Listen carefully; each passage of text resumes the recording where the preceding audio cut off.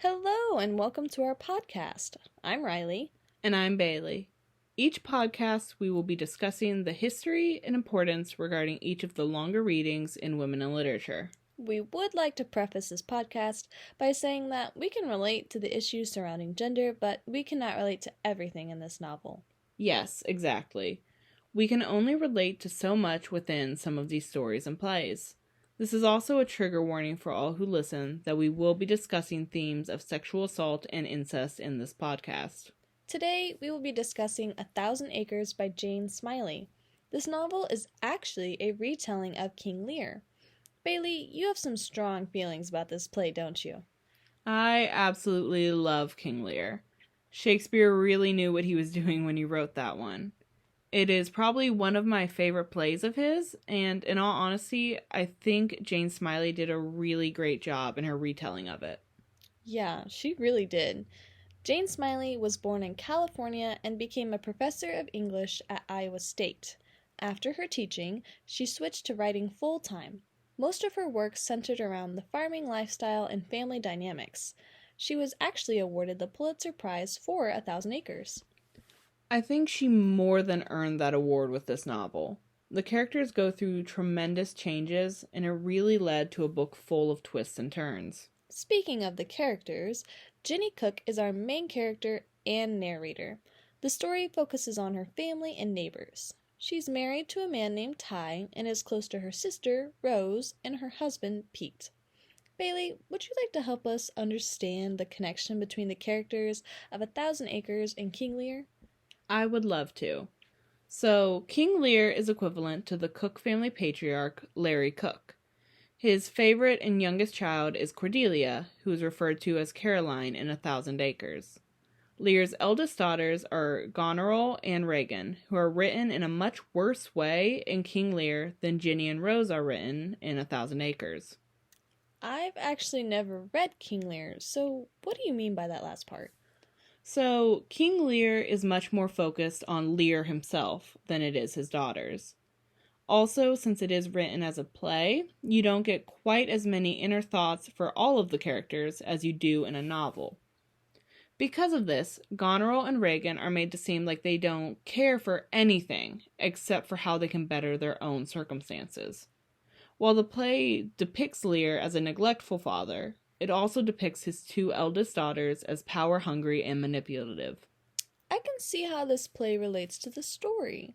Rose and Jenny, the two eldest daughters in 1,000 Acres, are deemed cruel and unjust by their father and the community. But because of the narration by the eldest daughter Jenny, we can see that that's actually not the case. We get more of an insight into their conversations, thoughts, and feelings. Perspective really affects how certain characters are perceived in different manners. In 1,000 Acres, Ginny believes that Jess, the cook's neighbor that just returned home after dodging the draft, is an ideal man overflowing with charisma and intrigue.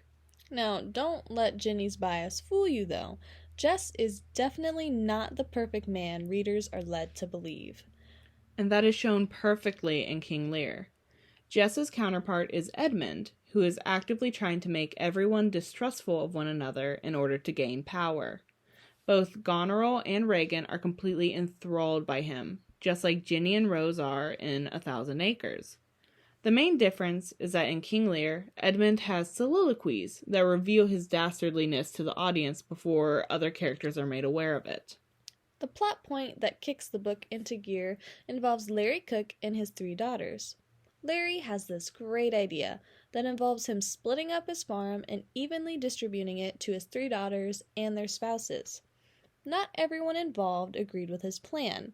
Caroline was the one who expressed the most disapproval, which prompted Larry to write her out of his will and essentially banish her. This event was almost exactly from King Lear. Lear asked his daughters how much they each loved him, and the 2 eldest proclaimed how they loved him more than anything else in order to get more of his kingdom for themselves. Cordelia simply tells her father that she loves him as a daughter loves a father, and nothing more. Yikes. I bet he did not react to that well. He definitely did not. Cordelia was given no part of the kingdom, much like Caroline was given none of Larry's land in 1,000 Acres. The banishment of Caroline led to Rose and Ginny taking over the farm. Ty and Pete, their husbands, do a majority of the physical labor. The two eldest daughters take turns caring for their father. Larry becomes increasingly frustrated with his daughters, who he believes to be stealing and changing his farm. Despite him actively giving them the land in the first place. Yeah, I don't really understand his thought process there, but Ginny is more accepting of their father's mistreatment compared to Rose. Rose seems to be more outspoken and quick to anger. After a while, Larry ends up ignoring the women completely. To counteract the depressive state of the farm, a few of the cook's neighbors decide to take part in a reoccurring Monopoly night. The Monopoly nights seem like the happiest moments in this novel. It seemed like the last instance of everyone actually getting along. Yeah, I agree. It's kind of like the calm before the storm, if you will. One thing that really stood out to me with the Monopoly nights was the pieces that each character chose to play the board game as. Those pieces stood out to me too. Ginny used the thimble, which I found interesting. A thimble is used to protect the middle or index finger when using a sewing needle. Ginny presents some characteristics of a thimble if we think about it. She likes to protect and take care of everyone around her, sometimes neglecting herself in the process. She does everything for her father and keeps him on a pedestal for the most part. Ginny nursed Rose back to health when she was diagnosed with breast cancer, and Ginny even protects her husband, Ty, from the knowledge of her miscarriages to protect his own mental health. Ty chose to play using the dog piece. This was a fairly straightforward symbol.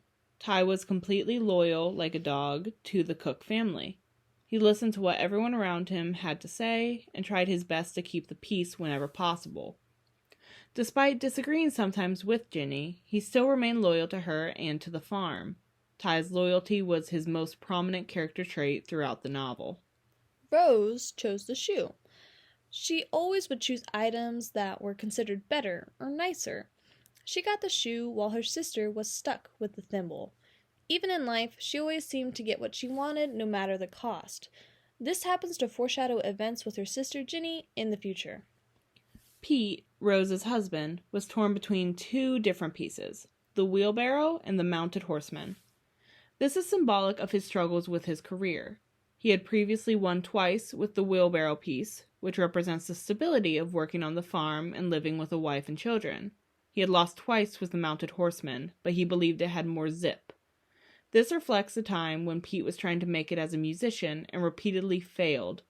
It was his biggest passion, but he couldn't get a win from it, much like he couldn't win with the mounted horseman piece. Jess chose the race car. A race car is something that can drive away at fast speeds and possibly never return. It is a somewhat newer item compared to the other pieces. The race car was the fun, new piece to play with, just like Jess was. He was new and brought new ideas with him. He liked organic farming compared to the traditional farming, which got the rest of his neighbors intrigued with his funky ideas he got from Canada. Jess is also one to pick up everything and just leave, just like a race car. We can see this when he just ups and leaves his hometown without any warning. These happy Monopoly nights couldn't last forever, though.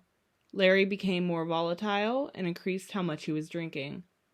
This led to him driving all the way to Des Moines in order to find Caroline at her job as a lawyer, but he returns home before he is able to see her. Rose honestly believes that their father could have an Alzheimer's disease after they found out where he had been. Ginny is not fond of her sister's theory, though. Ginny did always try to protect her father and see his side of things, while Rose saw more of the negative aspects, for understandable reasons. I wonder if Ginny suffers from the oldest daughter syndrome. She tends to always protect those around her first, including her mentally and physically abusive father. Personally, I am the eldest daughter in my family, and I sympathize with her. I understand her need to protect and defend her father, even if he's in the wrong. That is something I catch myself doing as well. I personally can't relate, as I am the youngest sibling in my household, but I do appreciate you mentioning your personal experience. Oh, well, yeah, of course. Shortly after Larry returns from Des Moines, Ginny calls Caroline. Caroline is not happy with her sisters and accuses them of trying to steal the land from their father. Again, despite having been there when he gave them the land. This solidifies that Caroline is even more in support of their father's actions than Ginny appears to be. After dealing with these disputes, Ginny finds herself spending a lot of alone time with Jess. She would eventually find herself falling in love with him and believing the feeling is mutual.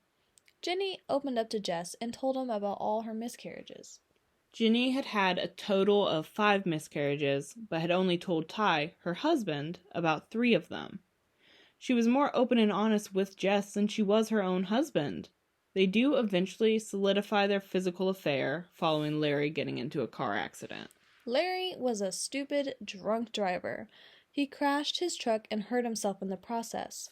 He refused to talk to either of his eldest daughters following the accident. This was not the only instance when Larry drove recklessly. He also stole Pete's pickup truck, and when found and brought back home, he lashed out against his eldest daughters. Larry called them derogatory names, yelled that they weren't taking care of him, and that they're stealing his property. Following his complete dismissal of his daughter's feelings, Larry leaves them again and walks into a storm. Didn't you mention something about King Lear being in a storm at some point? I did, actually. Similarly, in King Lear, Lear is lost in a storm for a good portion of time, and while there, has a kind of awakening to how his actions hurt others. He shows more kindness once out of the storm. Larry, in 1,000 Acres, does not have the same kind of awakening, but his eldest daughters do. Yeah, their awakening was somewhat of a sad one. Rose opened up to Ginny about her experiences with her father raping her. She tried telling Ginny that he had done the same to her, but Ginny continuously denied the accusations. She couldn't remember anything like that happening to her. This is the first time we see Ginny accept the fact that her father is a bad man. Despite denying the accusations for herself, Ginny does believe what Rose told her. She always seemed to follow Rose's lead. They decided together that they were going to confront their father at the potluck. Things did not go according to plan. Ginny attempted to speak to her father, but he ignored her. While they were eating dinner, Harold, who is Jess's father, and Larry attempted to taunt Rose and Ginny because of their believed lack of care for their father. Jess put a stop to this and entered an altercation with his father. Since Jess was now in a disagreement with his father, he had to stay somewhere else. Larry was staying with Harold, so Ginny set up the Cook family home for Jess to stay at. While preparing her family childhood room for him, Ginny realized that Rose had been correct when she said that Larry had also raped Ginny. She had a flashback to one instance of it. Rose and Ginny protected Caroline from ever experiencing the cruel abuse of their father. This is why Caroline seems to harbor love and respect for her father compared to her other sisters. We can see examples of her love for her father when she decides to take Ginny and Rose to court in his name. I find it interesting how when reading King Lear, I felt so much sympathy for Cordelia and so much disdain for Goneril and Regan, but I feel the complete opposite when reading 1,000 Acres. It does make sense for Caroline to still want to protect her father because she has no idea that any of these events occurred. I understand the innocence of Caroline, but she needs to actually listen to her sisters for once. She might find that putting her trust in them could be beneficial to her. I mean, Rose and Ginny were the ones who raised her after all, not her father. Yes, exactly. In the time before the Cook family faced off in court, even more tragedy stuck. Rest in peace, Pete. He drowned himself in a drunken rage after an argument with Jess's dad, Harold. In the days after his death, Ginny learned why Pete was at Harold's place. Rose revealed to her older sister that she had told Pete about her own affair with Jess. This completely broke Ginny's heart because she had fully believed that Jess was just as in love with her as she was with him. Even worse, Rose felt no remorse for her actions and was even aware of Ginny's own affair with him. We learn that Rose has always been this selfish. She has always been a person who wants everything for herself. Rose even says, "You don't think I would let him have anything private with my own sister, do you?" Even though this was so cruel, it can be somewhat explained. Rose has never had a stable relationship. Her dad was abusive, and then her husband was abusive as well. It seems like both Ginny and Rose were looking for excitement and love rather than the stability that they had found. Jess just happened to be perfect on paper. This incident regarding Jess and Rose altered Ginny's feelings regarding her sister. She began to research deadly plants and ended up finding hemlock somewhere near her house. She made a jar of sausages with the hemlock to poison and kill her sister. She strategically made these sausages so only Rose would eat them. Even with the sisters falling out, they do attend the hearing together in order to settle the dispute about the land. Larry is clearly senile, acting as though Caroline is dead despite her standing beside him, and Rose and Ginny are told their contract is valid and that the land is theirs. In spite of the girls having control of the farm, Ginny decides to run away from everything she just won. She left everyone to go to St. Paul, live by herself, and work as a waitress. I honestly can't even blame her. She went through so much. I mean, I don't really agree with her plot to murder her sister, but still, I understand the need to run away after all of that. Honestly, I wouldn't want to help run 1,000 acres of land or live with someone I'm not happy with. She's somewhat of a girl boss, if you will. I also don't agree with her ideas of murder, but to each their own. And I honestly don't think Jess is worth all that. In King Lear, Goneril actually succeeds in her plan to poison her sister, unlike Ginny. Rose does die years later, but it was because of her cancer that had returned rather than anything her sister tried to do to her.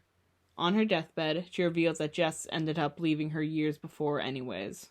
Before Rose died, she decided to leave the property to Ginny and Caroline.